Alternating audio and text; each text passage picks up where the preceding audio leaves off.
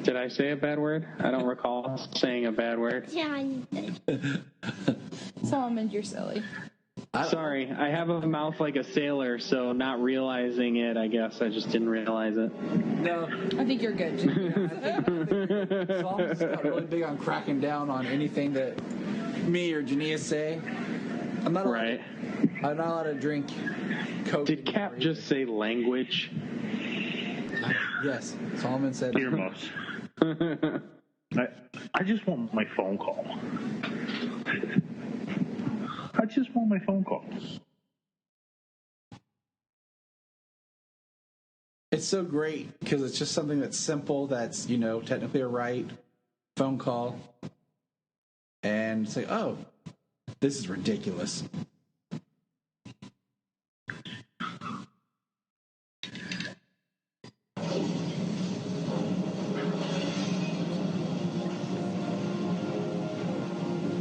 And he's just standing there like, ta-da!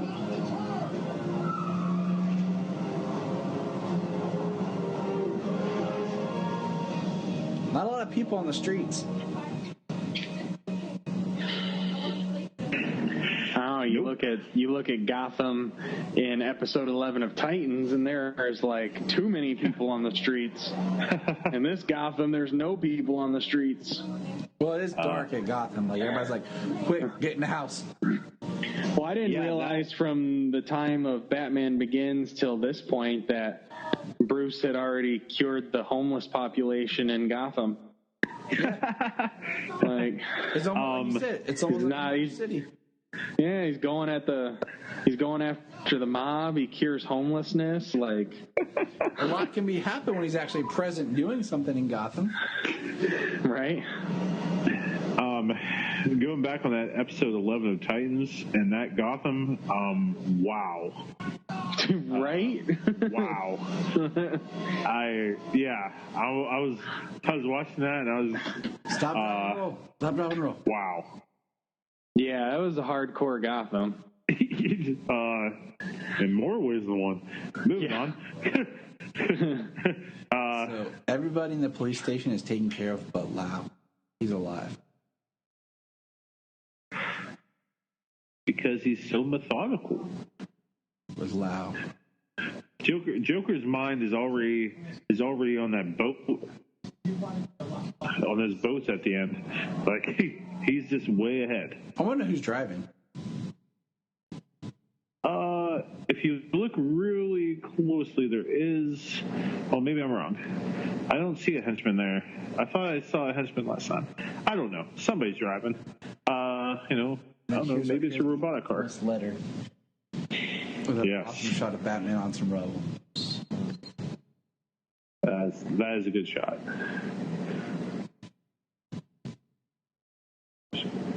Well, how to hurry, Daddy? He got gas. Burned his face, which is going to make him Two-Face. I remember watching this movie in the theater that night, and like once I saw Harvey, because I tried to not follow much of what was going on with this movie because I didn't want to be spoiled or anything. Like I had no idea Harvey was in this movie when I first saw it. I just knew the Joker was going to be in it, and the whole time I'm sitting there, I'm like, are they going to do it? Are they going to do it? Oh, Two-Face will probably be in the third one then. And then when they did it in this one, I was impressed. I was glad they did.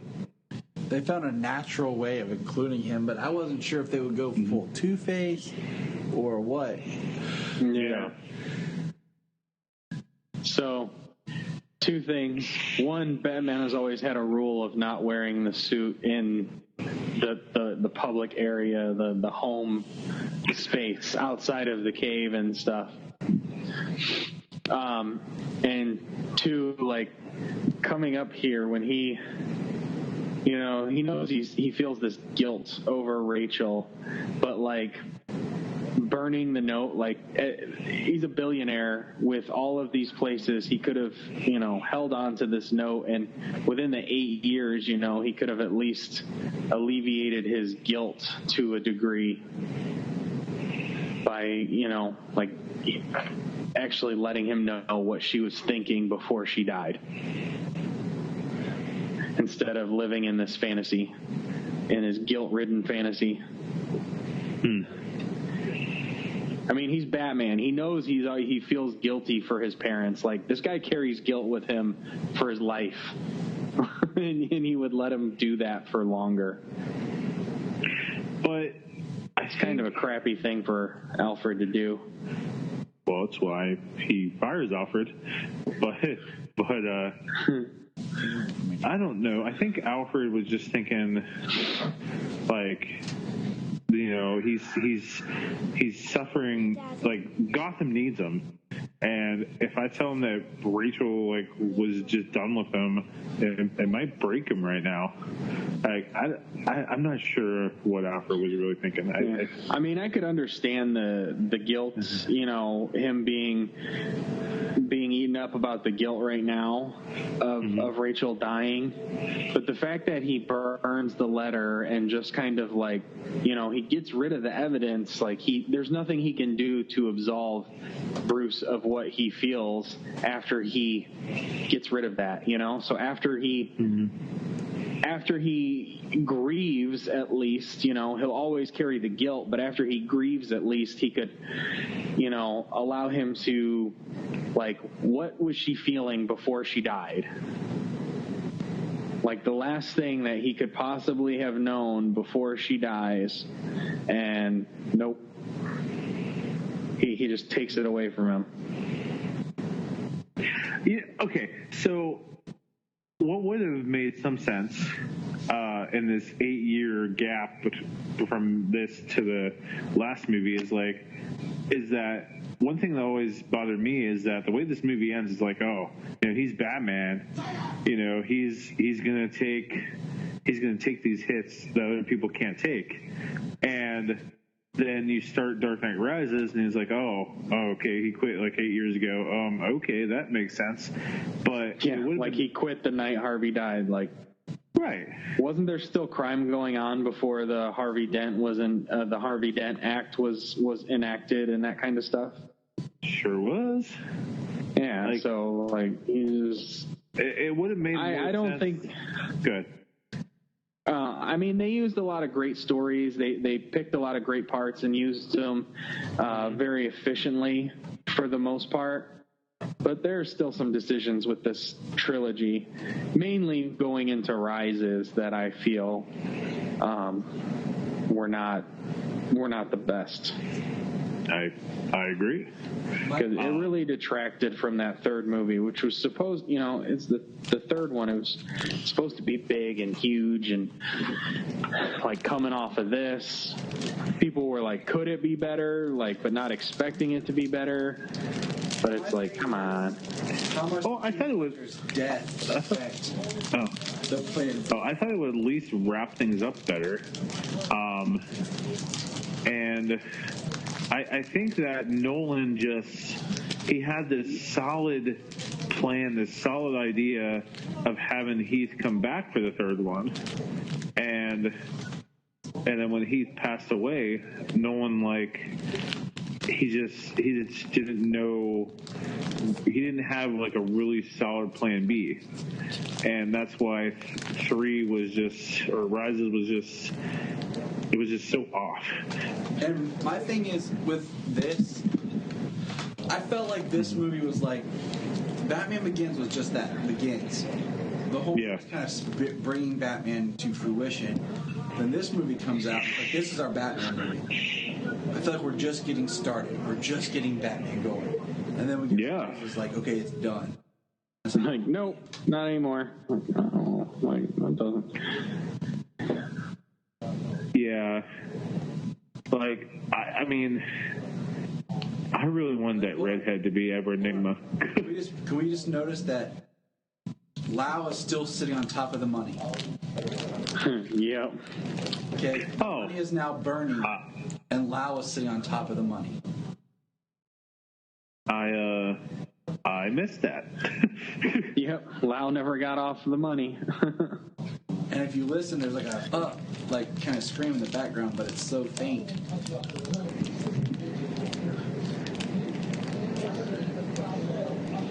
Oh, I cut you up into little pieces and feed you your pooches, huh?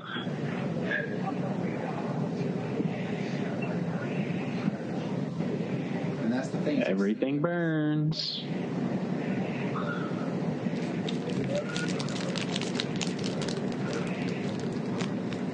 Right, Junior?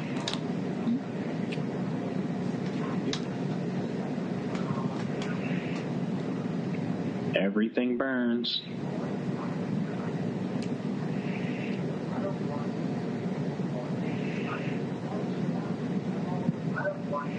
Man, a pile of money like that has got to be hot. Yeah. Like that would burn very fast and very hot. Well, that's why you don't even see Lau. He gone. He gone, boy.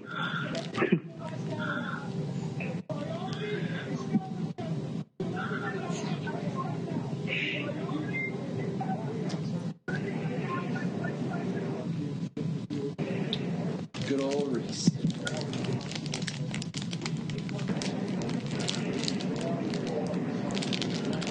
The bat pause there. Middle of the day, Alfred. Not very subtle.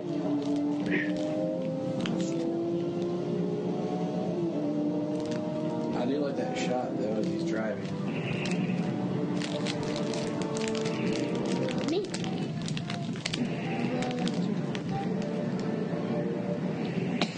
The craziness of the hospital.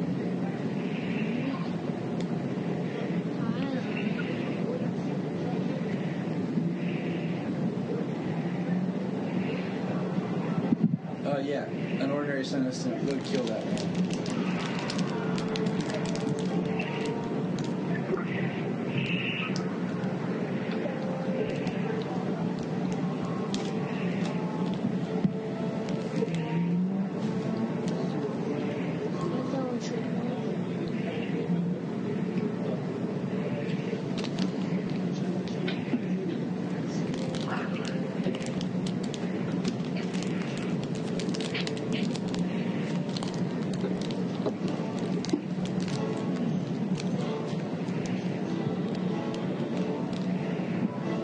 What you doing to Harvey? What you doing to Harvey, Daddy? Dad, what you doing to Harvey? They're trying to take. They're evacuating the hospital. Say what? What place can take him down there? Joker wants him.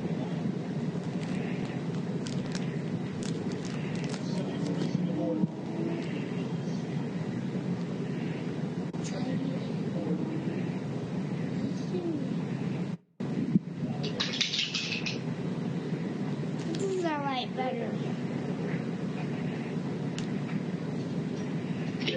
Sadie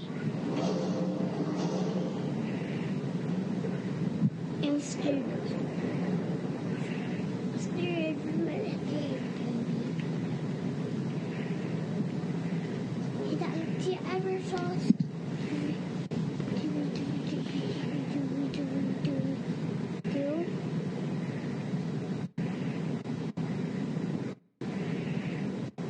So, how do you guys feel about this CGI of Two-Face?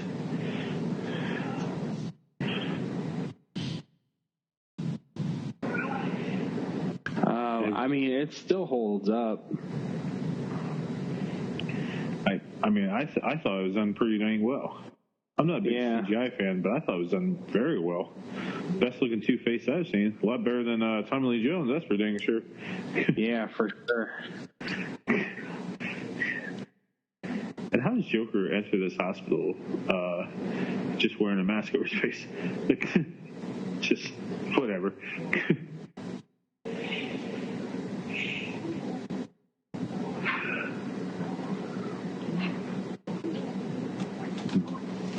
The CGI was pretty subtle. It is, and the way they work his eye, like his eyes are perfect for that. Yeah, that where you can see his whole socket and everything, like that's like oof, ow. And And then later on, when he takes that shot of liquor and it dribbles down his chin, it's like, oh my God. Like, a little alcohol on a scrape hurts. He doesn't even flinch. Yeah. Oh boy.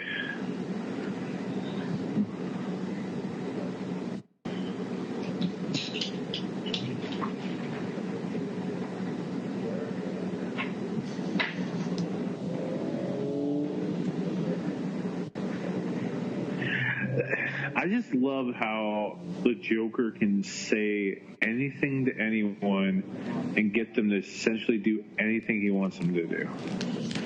He just knows everything to say.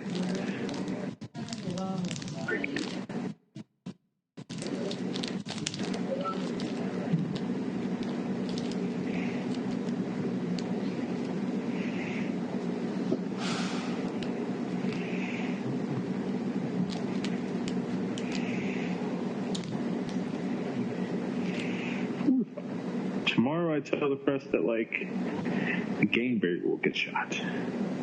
The truck with soldiers will blow up. It'll be blowing up. It's all part of a plan.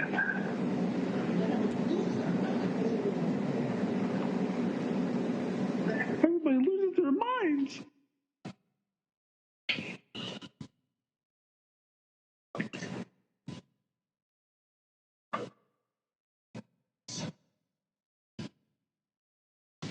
So, what if Harvey would have shot him in the head?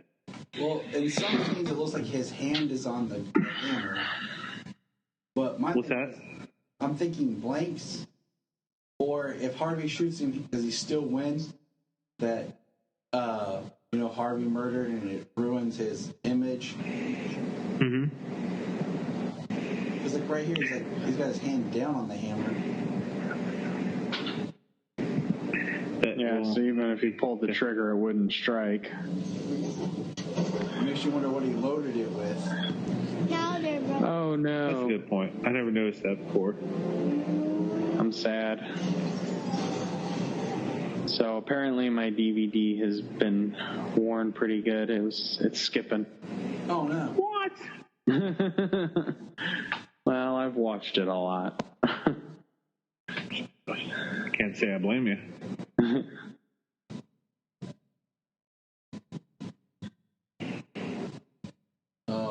Yeah, he does have his finger on the trigger, or on the hammer, but... I think that might have been the first time that Gordon might have suspected Bruce. So when Bruce crashes in that van, I think that might have been when Gordon's like, something's going on with this Wayne guy.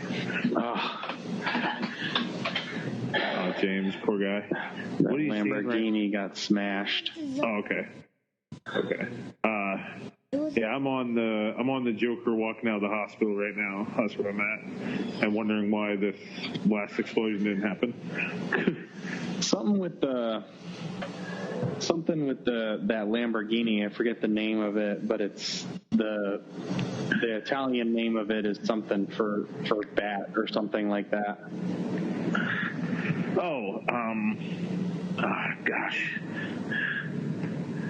Well, hold on. Let me try to look that up. Yeah, I'm seeing the hospital explode now. Okay. Hold on.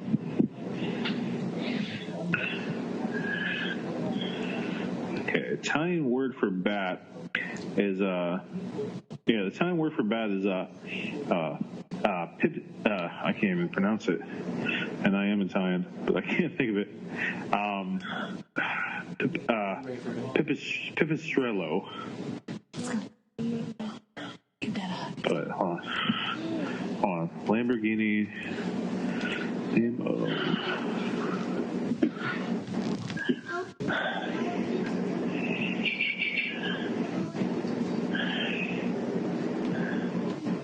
Oh, no, it's I don't even know how to say it. Yeah, Murcielago. It's Spanish, which means bat in Spanish. That's it. Yes. Even though the Lamborghini is definitely an Italian car. But you're right. Murcielago.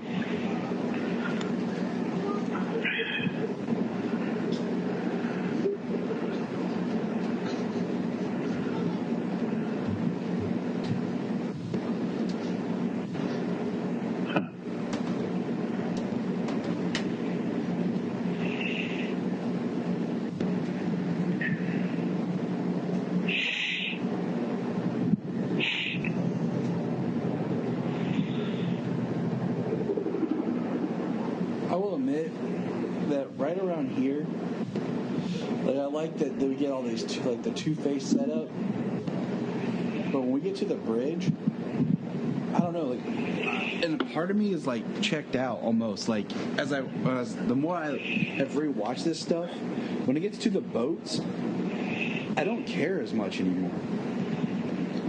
Like I could almost cut the boats and enjoy the movie. So you're saying you just cut the whole boat scene out? Well, I'm just saying, like, I feel like it starts to drag on just a little bit.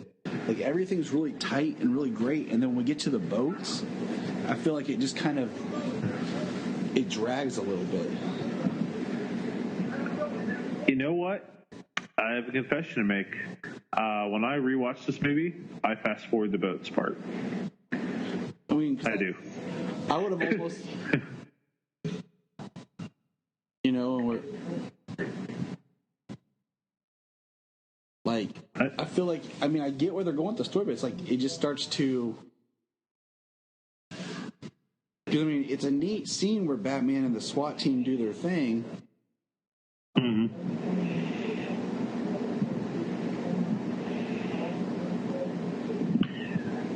Well, you know, I mean, it's quite a different kind of thing. You know, the story's been really succinct and focused entirely on the characters, focused on Bruce and Batman and Dent and the Joker and Gordon. I mean, it's focused pretty hard throughout the entire movie on the central cast. And then when you go to the boat scene, it expands to all those extras to show that people aren't like what the Joker believes them to be. So kind of like opens it up and it becomes less focused on what's going on. So I can definitely see, you know, see where, and I felt the same way. It slows down, but it's a change in what's going on. So whereas everything's been so, you know, so focused on moving forward.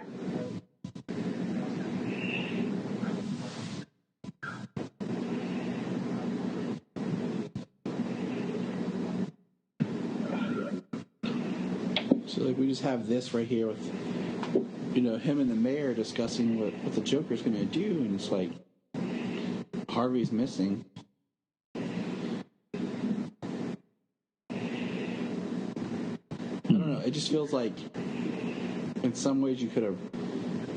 It almost like when the Joker gets out of the MCU and all that, it's like that could have been an end to a movie, and then we have more to go, which is surprising. And it's good. It's just there's certain things I'm like, man.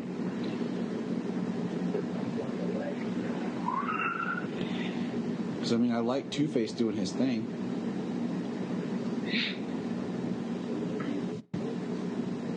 Yeah, for the fact of him not being the typical Two-Face of having like a psychotic break and split personalities and that kind of stuff moving forward, like the fact that he embraces the idea of chance, you know, to deal with these criminals, especially the ones involved in killing Rachel.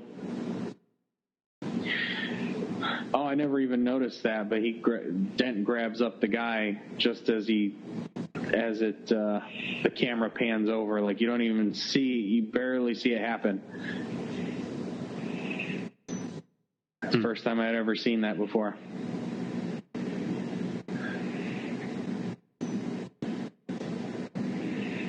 You're a lucky man.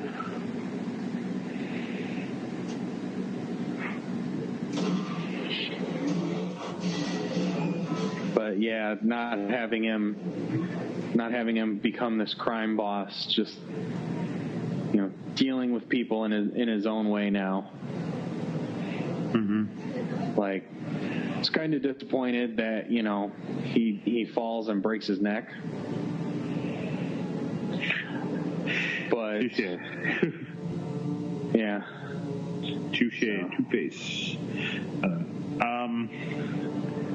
Yeah, I kind of want to skip the boat scene, but I understand. I just feel like it just slows down a lot of the, I don't know, like what we've been building up to.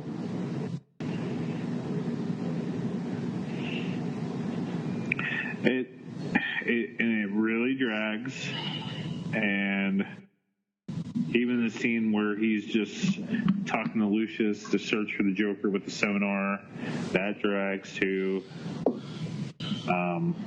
Yeah. I mean, it's well done, but I just feel like in a lot of ways, what should be like this gripping conclusion gets stretched out. Mm-hmm.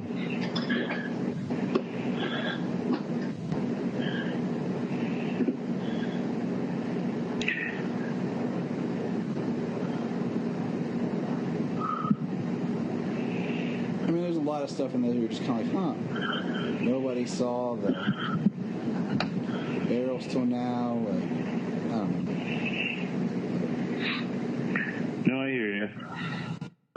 What if they would have done something like had all the dirty cops that Harvey would want to kill in a building, and the Joker was just like at the top of the building, like taunting Harvey, and Harvey was just going and killing these officers one by one, and then that was your final type thing? And there's a line we're going to get to. I don't know. There's a line we're going to get to later. Yeah. That at the end of this movie that I still just don't feel like, I don't know, it doesn't work for me, and we'll figure it out. But oh no, I like figuring stuff out, and I also love as much as I love this movie, I love that I can nitpick it.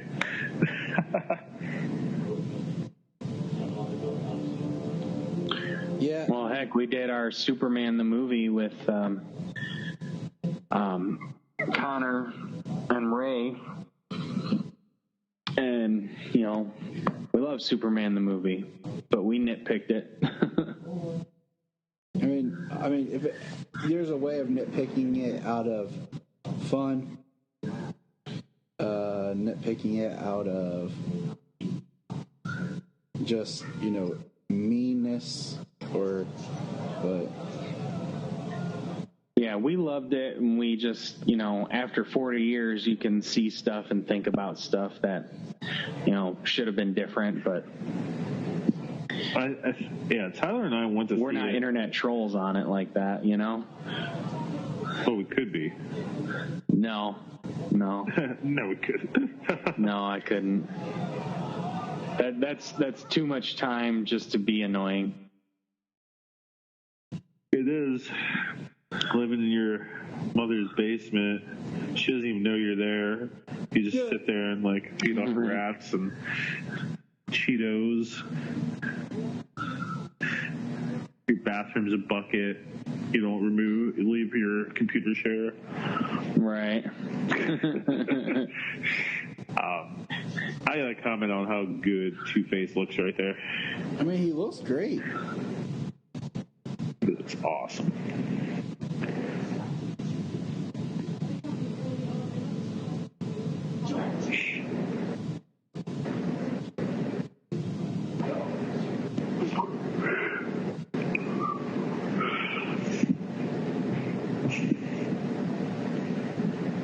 Harvey doesn't even care about hitting women anymore, man.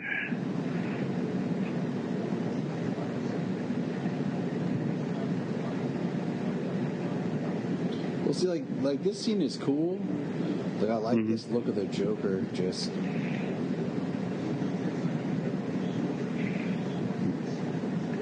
Looking over his talks chaos. about, like, they've been doing this for a long time. Like with the Joker, it never is.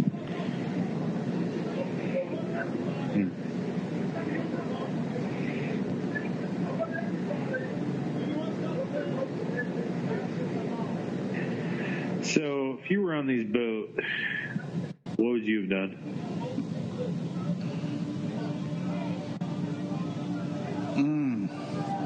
Jumped off the boat and started swimming. Yep. Yep.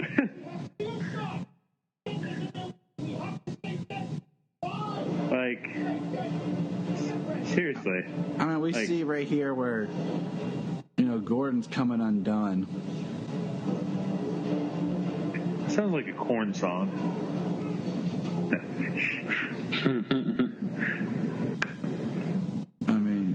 This was easily like, oh yeah, I could see why.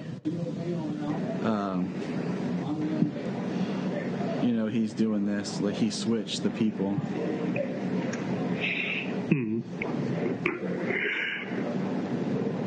Well, I can't stop yawning. I apologize. It's getting late. Yeah.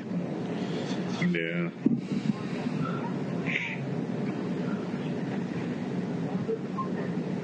This is like sad and crazy right here that he's got the kid. Like, I don't know. I would have liked to have seen a movie with like just Batman hunting Two-Face. Thank you. Right. Give me like a really good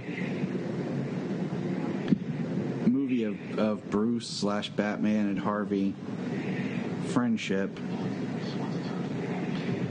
And then you do your, like, making Two-Face. And they haven't made a movie or any part of the live action. They haven't done anything. And it's just really a shame, because if you read, like The Long Halloween, Dark Victory, and you see that Harvey change, it gets to you.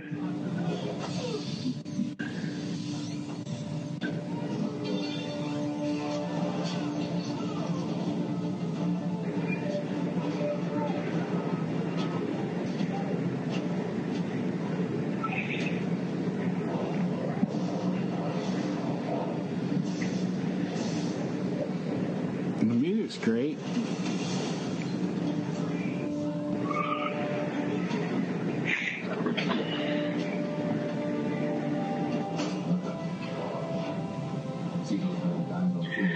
Pretty good how he takes down everybody just in time.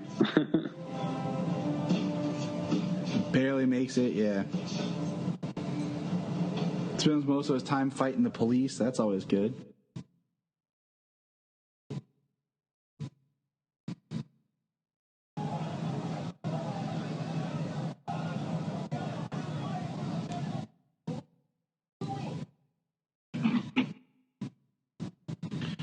We're still here. It means they haven't made, and then all of a sudden he just blows up. I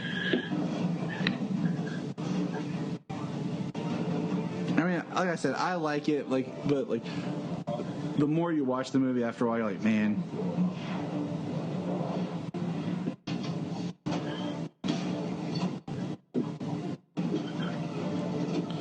Get him, Batman.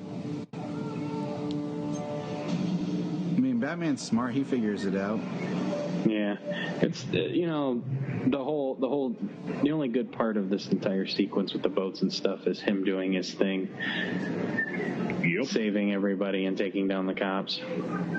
Because I'm Batman. And then he just kicks it, and they go flying.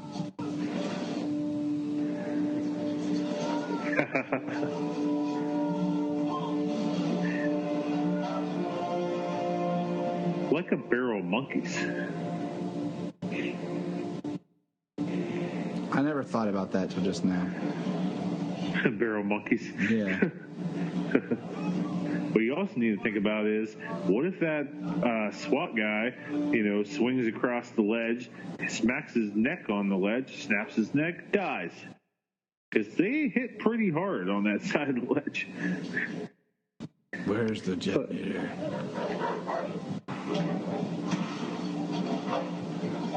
In this movie, it's where's the detonator. The next one, it's where's the trigger.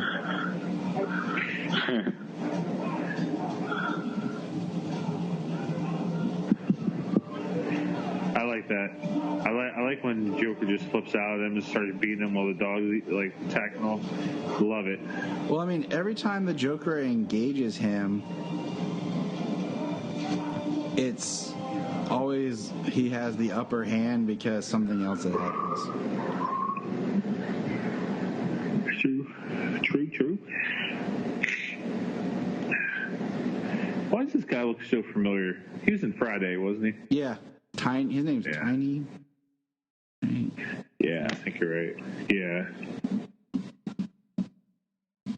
Sometimes I have to reevaluate people's names because I can't always remember them like I used to.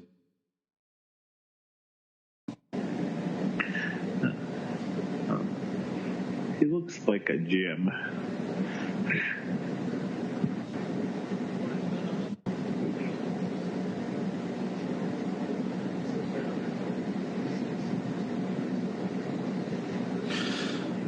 This guy has a point, but you want to be good people, but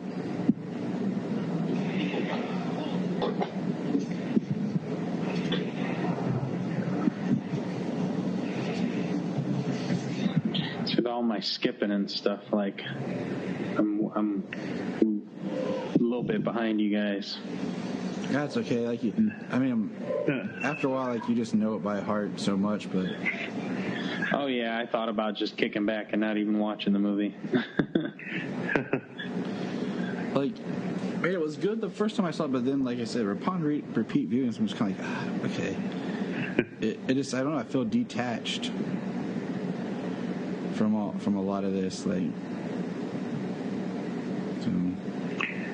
Yeah, that's what I said. Knowing this movie so well, if we weren't able to do it tonight, we could have done it all on the road while I was driving, because I just know it by heart.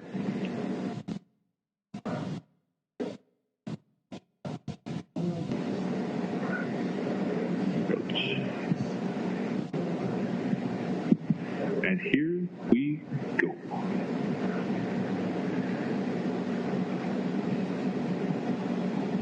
I like it how it would have been cool if there was a clock or something that kind of signaled to everybody oh, we should have blown up right now.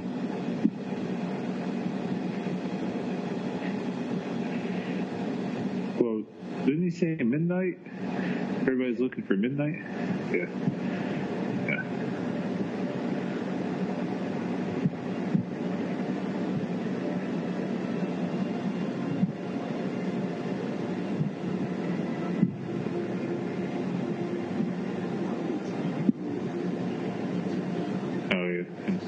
Everyone's as ugly as you,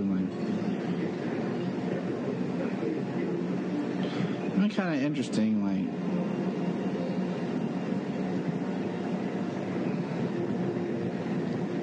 yes.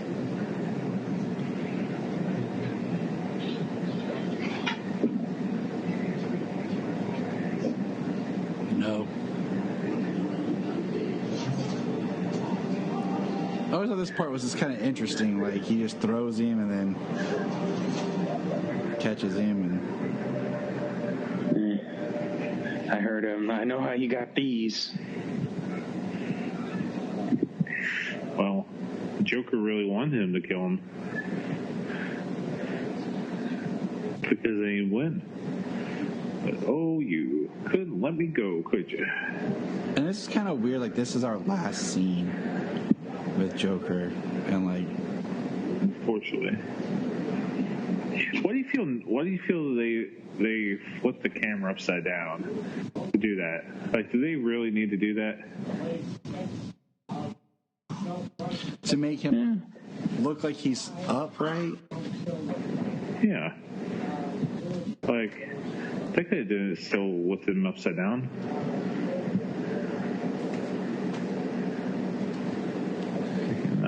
I think you and I are destined to do this forever.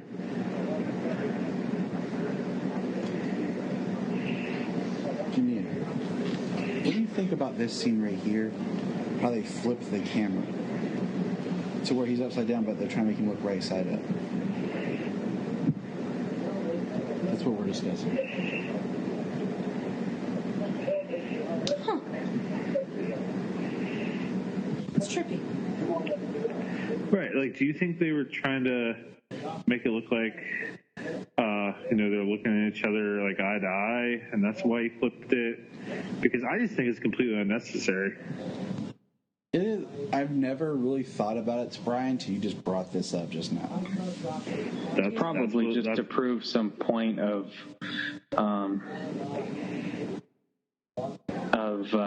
Joker's psychosis at this point. I feel like it's trying to symbolize maybe their opposite perspectives. I mean, you know what I mean? Like, it's just kind of showing how very different they are. I don't know. And it just... Well, then why wouldn't you keep the camera upside down like that then? Like, why flip it so that it somewhat appears that they're eye to eye?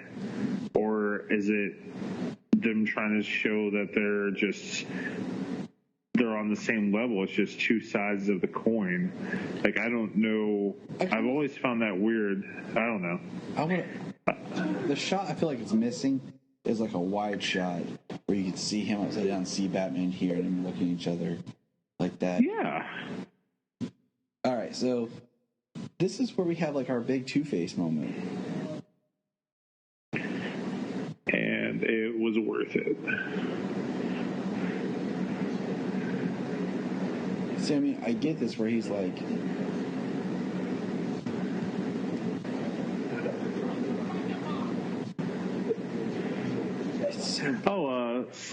I meant to ask, so Junior, what are you thinking of his face now? Couldn't be more attractive. Thank you for asking. Hey, that's what I'm here for. I ask the hard questions. Oh, can we just think about something real quick here? So we have Barbara holding their two children, okay? Yes, I definitely want to talk about these kids. And if we remember right, in Batman Begins, like, they had a baby. Like, didn't we hear a baby cry? I don't remember. Yeah, I can't recall. I don't recall.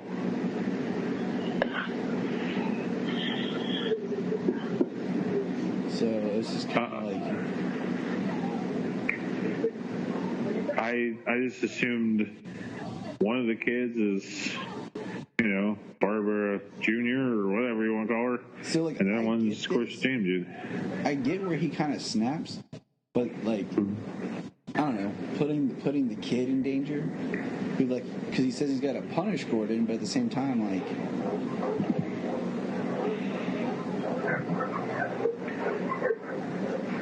Rough.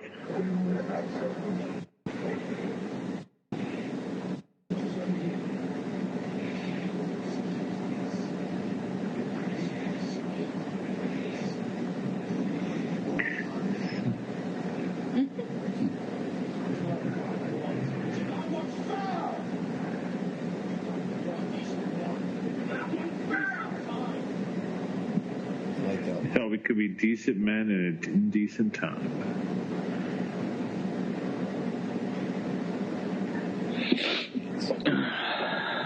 James? What? Oh, I was checking, like, did we lose you? Everybody's just so quiet. We're all so engaged. I'm so sorry. 50-50. Yeah. So I'm gonna go back to a line earlier in the movie, like when he's lying in that hospital bed, and he goes to Gordon and he said, you guys have this name for me in Internal Affairs, and he makes Gordon say it, and he shouts at him, and Gordon's like Two-Face. Like I always felt that line was so out of place. Like, why did they call him Two-Face? Like, what's that about? Like, they never get into it. Yeah, like he turns on people, like he, because he's Internal Affairs. So I do like that. Okay, I guess I'm just not smart enough. Shot Batman, but like he didn't shoot him in the head. I do like that he flips the coin on himself.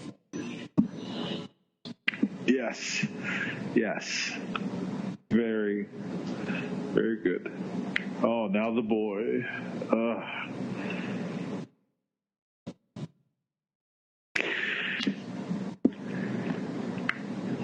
Don't punish the boy.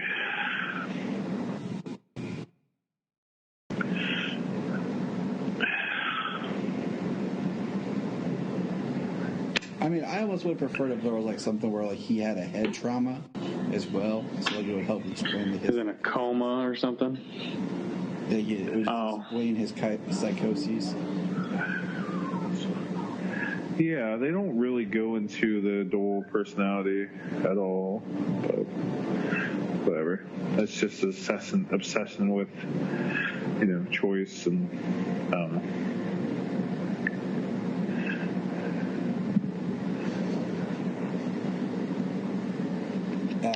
And that's how Batman jacks up his knee. Man.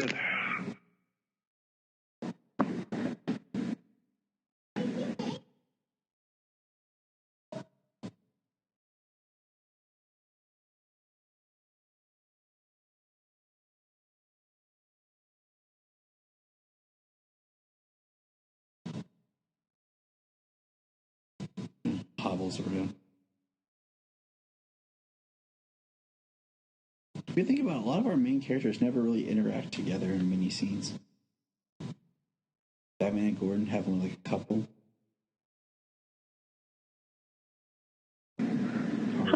Harvey's done. Batman and the Joker have like 2, 3. Interesting observation, sir.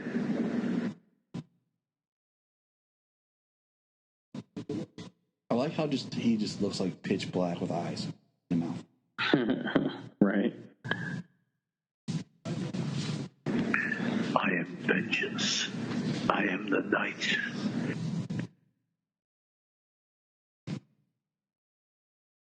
Like with his eyes closed, it's crazy.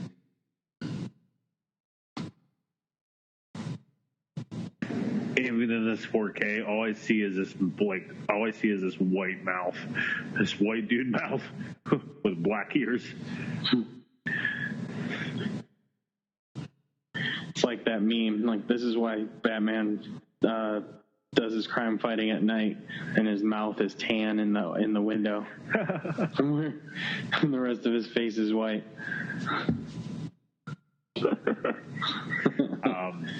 This is where the voice gets so over the top right now. Like, just how he talks with his mouth wide open. Give me a break. Gotham needs me to be.